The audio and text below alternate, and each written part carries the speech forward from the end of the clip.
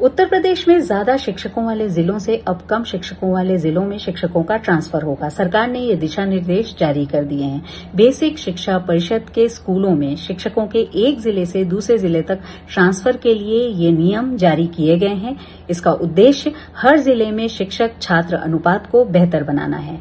उत्तर प्रदेश में सरकारी स्कूलों के शिक्षकों के एक जिले से दूसरे जिले तक ट्रांसफर के लिए उनको ऑनलाइन आवेदन करना पड़ता है। अक्सर ये देखा गया है कि शिक्षक उन जिलों को चुनते हैं जो बड़े जिले हैं और जिसमें हर तरह की सुविधाएं हैं। यही वजह है कि लखनऊ, कानपुर, नोएडा, गाजियाबाद और वाराणसी जैसे जिलों में शिक्षकों की संख्या ज्यादा हो गई है और शिक्षक छात्र अनुपात भी ठीक है।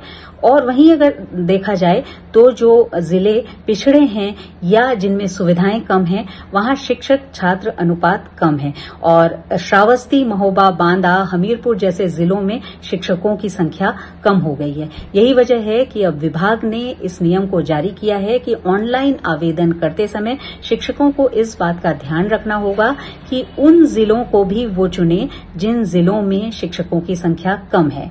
इसके लिए यह फैसला किया गया है कि 2 सूचियां जारी की जाएंगी। एक सूची उन जिलों की होगी जिसमें शिक्षकों की संख्या ठीक है या ज्यादा है, यानी शिक्षक छात्र अनुपात ठीक है। वहीं दूसरी सूची उन जिलों की होगी जिसमें शिक्षकों की संख्या कम है। शिक्षकों को ऑनलाइन आवेदन करते समय इन दोनों सूचियों में से जिलों को चुनना होगा और जो शिक्षक दूसरी सूची यानी जहां शिक्षकों की संख्या कम है, उन जिलों की सूची में से जिले नहीं बताएंगे, उनका आवेदन निरस्त हो जाएगा। ये पूरी प्रक्रिया ऑनलाइन होगी। इसकी शुरुआत 6 जून से ही हो जाएगी, यानी 6-7 जून को ये सूचियां जारी हो सकती हैं, दोनों सूचियां, और इसके बाद 9 से लेकर के 12 जून तक शिक्षक आवेदन कर सकेंगे, ऑनलाइन आवेदन। उसके बाद जो आगे की प्रक्रिया है यानी स्क्रूटनी की प्रक्रिया वो पूरी होगी और उनके जो आवेदन है उसकी भी जांच की जाएगी।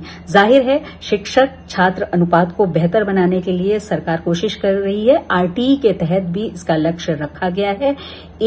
अगर जिले में बात की जाए तो शिक्षक ज्यादा होते हैं तो वहां छात्रों को इसका लाभ मिलता है, लेकिन वहीं अगर जिले में शिक्षकों की संख्या कम होती है तो छात्रों को उन सुविधाओं से यानी अच्छी पढ़ाई से वंचित होना पड़ता है।